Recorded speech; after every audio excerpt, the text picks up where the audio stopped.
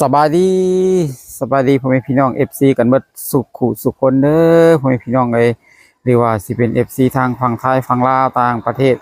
ก็ยินดีต้อนรับเข้าสู่ช่อง YouTube บ่าวบุญจันทร์ Channel อีกแล้วพ่อแม่พี่น้องเอ้ยโดยกลับมาพบมาพ้อกันอีกคือเก่าคือเดิมพ่อแม่พี่น้องเปิดคลิปเปิดภาพออกมามื้อนี้เนาะ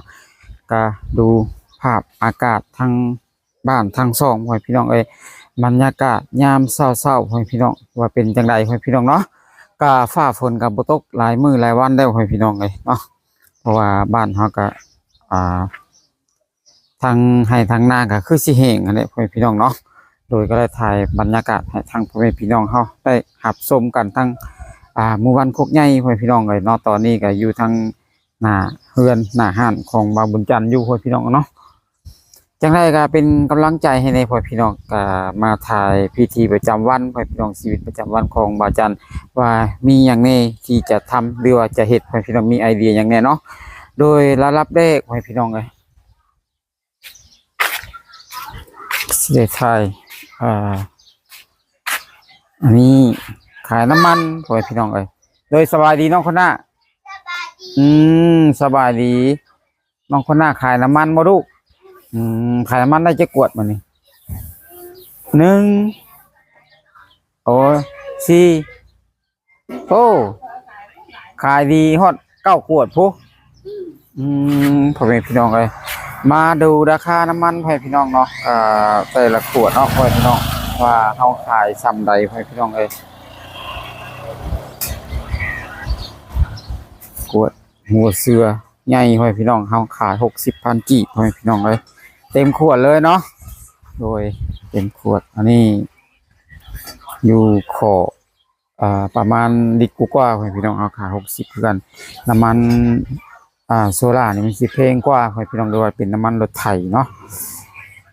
อันนี้พี่น้องน้อยเนาะ30พี่น้องตัวนี้40,000พี่น้องเต็มขวดนี่60พี่น้อง60เนาะ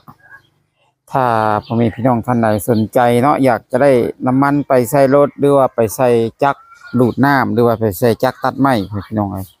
ถ้ามาบ่สะดวกมาบ่คล่องแคล่วเนาะอยู่ให้อยู่หน้าหรือว่าขี้ข้านเข้ามาพี่น้องก็สามารถที่ทักทายเข้ามาหาทางช่อง YouTube บ่าวบุญจันทร์ได้พี่น้องยินดีที่จะรับส่งให้ได้คือกันพี่น้องนำบ่คิดราคาบริการเนาะพี่น้องกวดใหญ่60,000กีบพี่น้องถือว่าคุ้มเกินคุ้มพี่น้องเนาะโดยมาดูพิธีจำวันอีกจุดหนึ่งพี่น้องเนาะแล้วก็มีอีกพี่น้องเลยมา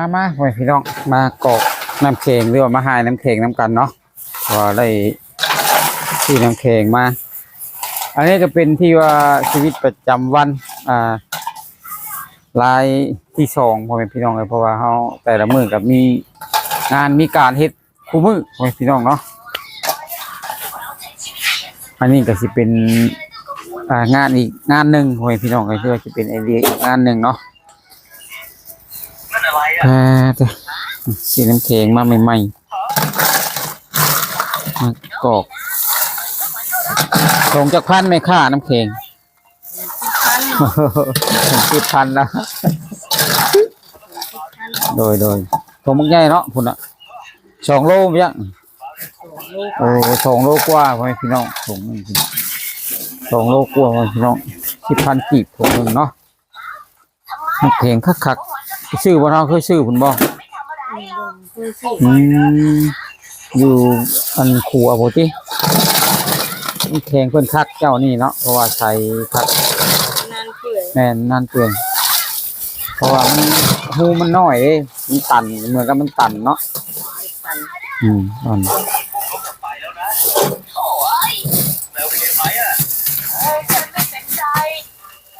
ก็ได้3 ถุงแล้ว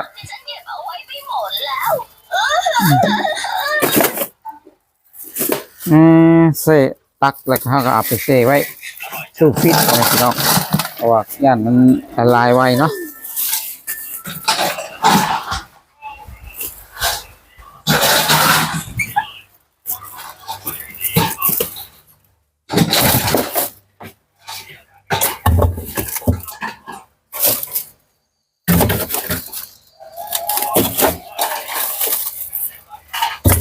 ตัวนี้เจาะดอกบ่ให้ขึ้นหน่อยแท้อ๋อน้ำก้อนนะเจ้านี่ขึ้นไม่ได้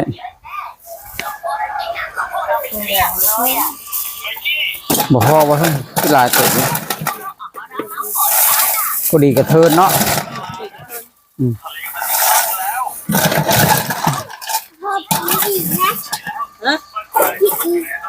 เอาตัวใหญ่ขึ้นแม่ตัวใหญ่ขึ้นแม่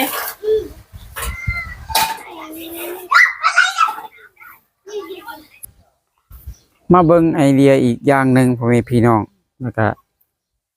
คอกเบ้เนาะอันนี้เป็นไอเดียของเพิ่นเฮ็ดคอกเบ้พ่อแม่พี่น้อง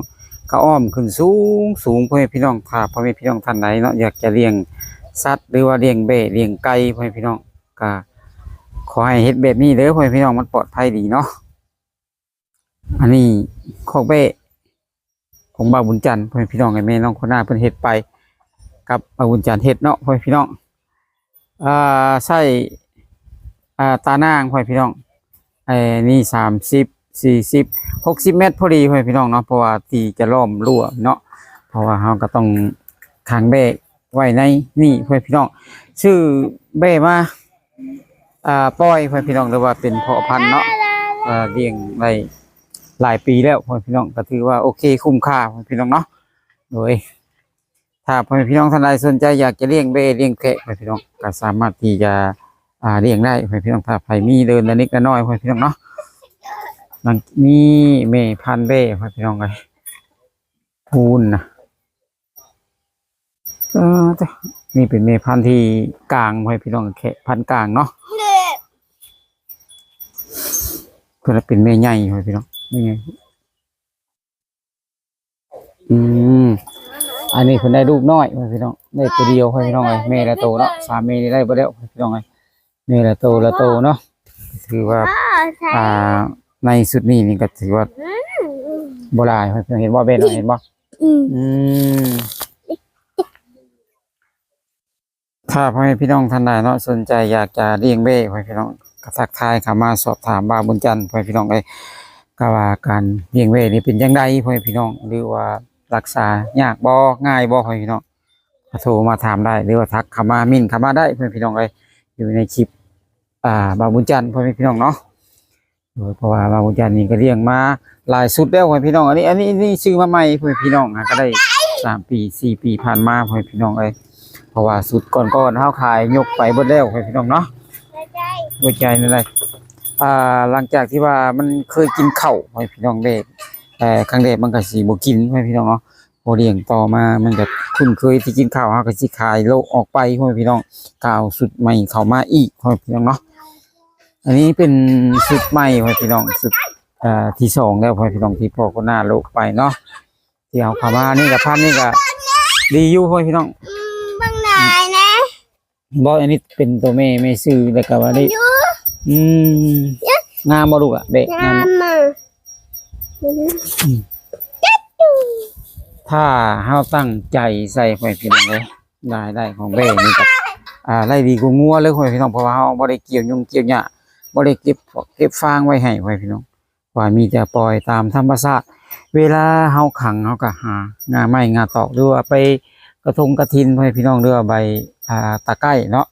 ใบกระทันพ่อพี่น้องให้กินได้เนาะแต่งัวนี่โอ้เลี้ยงยากพ่อพี่น้องจักอันใดอันยาจักเก็บเพื่องบ่จักเกี่ยวหญ้าบ่จักตัดหญ้าพ่อพี่น้องมาให้เนาะแต่เบ้นี่สบายพ่อพี่น้องแต่รายๆนี่ก็สิดีกว่างัวพ่อพี่น้องดูได้ง่ายพ่อพี่น้องถ้าท่านใดเนาะสนใจอยากจะเลี้ยงสัตว์ก็สามารถที่จะทักทายเข้ามาหาบ่าวบุญจันทร์ได้พ่อพี่น้องเลยบุญจันทร์ก็มีคำปรึกษาหรือว่าแนะนำให้ได้พี่น้องเนาะว่าเลี้ยงการมันอยู่แบบใดพ่อพี่น้องแต่บนอยู่บนนอนเพื่อต้องเป็นห่านเด้อพ่อพี่น้องแล้วเป็นห่านไม่เนาะต้องสัตว์พวกนี้มักอยู่สะอาดพ่อพี่น้องเลยน้ำเพิ่นกับบุลงพ่อพี่น้องเนาะโดยจังใดก็ขอบคุณเนาะทาง FC ที่ติดตามชมส่องบ่าวบุญจันทร์มาตลอดเนาะก็สำหรับคลิปนี้บ่าวบุญจันทร์ก็บ่มีหยังได้เนาะก็สิได้จบไว้สำนี้ก่อนพ่อพี่น้องก็ไว้เจอกันในคลิปหน้าเด้อพ่อพี่น้องว่าผิดพลาดประการใดก็ขอโทษขออภัยหลายๆกล่าวคำว่าสบายดี